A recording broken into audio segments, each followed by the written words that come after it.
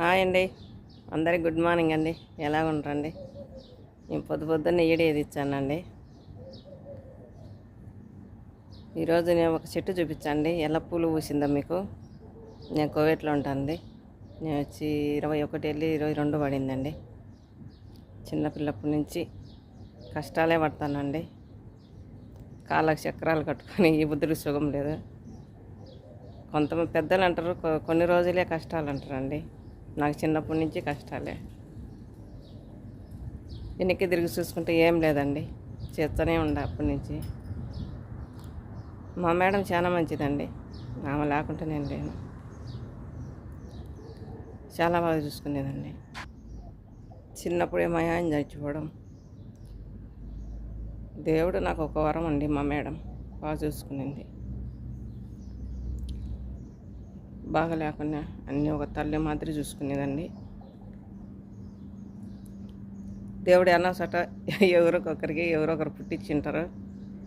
నా పానానికి మట్టుగా ఆమె దేవతే అండి. ఉండమో పెంటరు, అవమానాలు, చాలా బాధలు ఉన్నాయండి. అందుకే అండి ఇంటికి పోలేకపోతానని. నాకు అందుకే ఏమంటే ఇష్టం. మా ఎదురు వచ్చింది అంటారు, అది అంటారు, ఇది అంటారు, వాళ్ళతో మాట్లాడుతుంది, వీళ్ళతో మాట్లాడుతాను అంటారండి. ఇలా చూడండి పొద్దున్నే ఎలా ఉందో పూల చెట్టు. దీని పేరు అయితే తెలియదేం లేదండి. మా మేడం అయితే ఎస్మి, దీని పేరు ఎస్మి అంటది. మన ఇంటి దగ్గర కూడా నేను వీడియోలలో చూసినండి. ఎంత బాగా పూలు ఉందో చూడండి. పొద్దున్న లేచి మేము ఇట్నే చూస్తాం పైకి.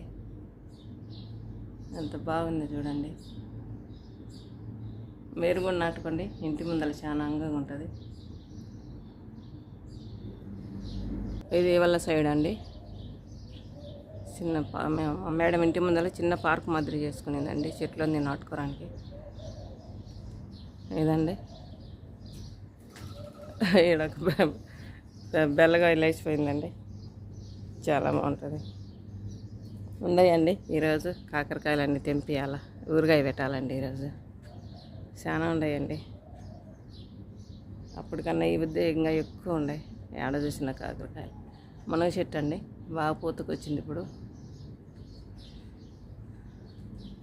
ఇలా చూడండి